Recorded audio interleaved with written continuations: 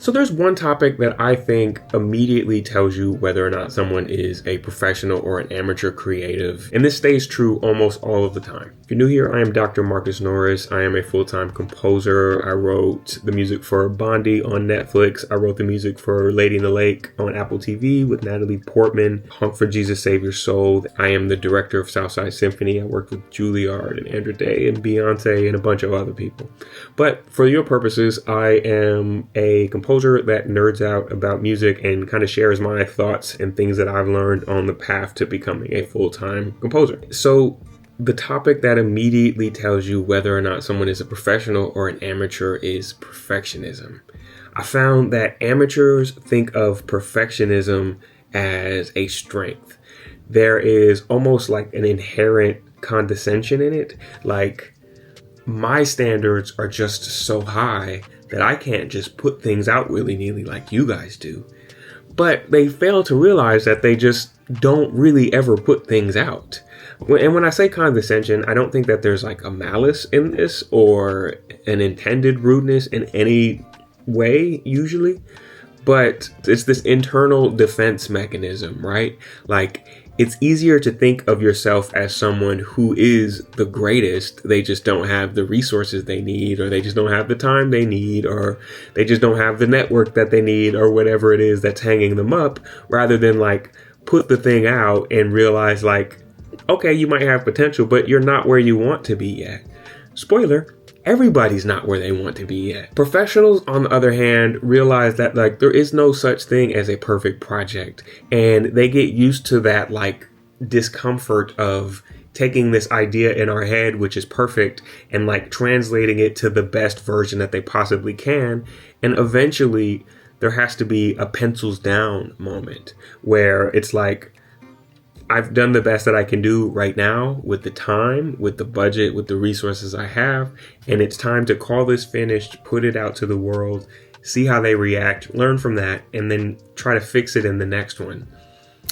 Amateurs have a really tough time with this. Brandon Sanderson is a science fiction writer, one of the most successful living science fiction writers.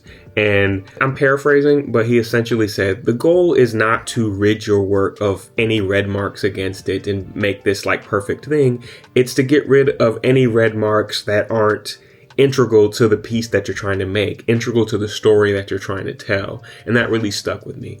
Another one is when I was at UCLA getting my PhD, the great film composer John Williams came once, and somebody asked him afterwards, like, how do you stay inspired? You know, he was like 90 years old at the time. And John kind of like looked a little shocked for a second and was like, inspired? He was like, I just write every day. I sit at the piano and I write. And if I'm lucky, inspiration eventually comes. Meaning, like, he just does the thing and he doesn't wait for it to feel good or feel perfect.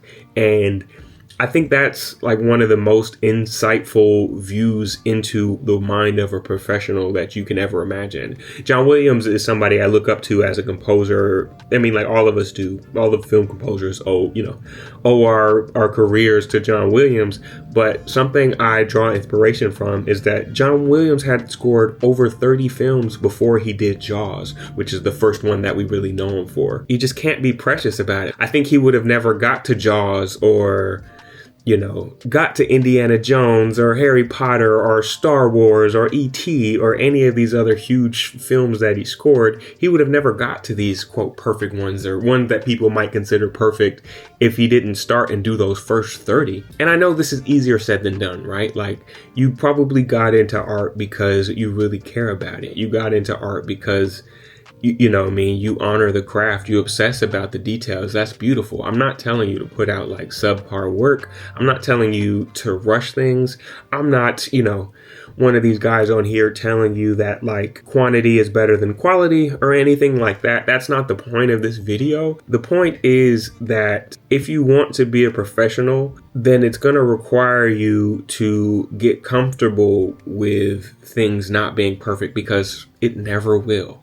It's never going to be perfect. You need to do the absolute best that you can with the time, but eventually it's going to be pencils down. And you have to get used to that discomfort. And I will say eventually it gets easier. And it doesn't go away. Like it doesn't just turn off, or you're never just like completely fine with it. But like eventually you're okay with putting yourself out there, and you're okay with taking that leap, and you have like a baseline level confidence that like, hey, I know I'm not going to make any train wrecks. This might not be perfect, but like my baseline is pretty good. All right, guys, I'm just trying to share more thoughts like these. I know that mentorship is really important and really helpful. And a lot of these things I had to learn the hard way. So I try to share them in formats like this when I can, because if it helps one person, then it was worth the time it took to record and edit this. If this was helpful, make sure you subscribe. If you're interested in learning from me, make sure you check out musicality.me. It's an educational platform that I started now that I'm not teaching at a university anymore because I don't have time. All right, guys. See you in the next one.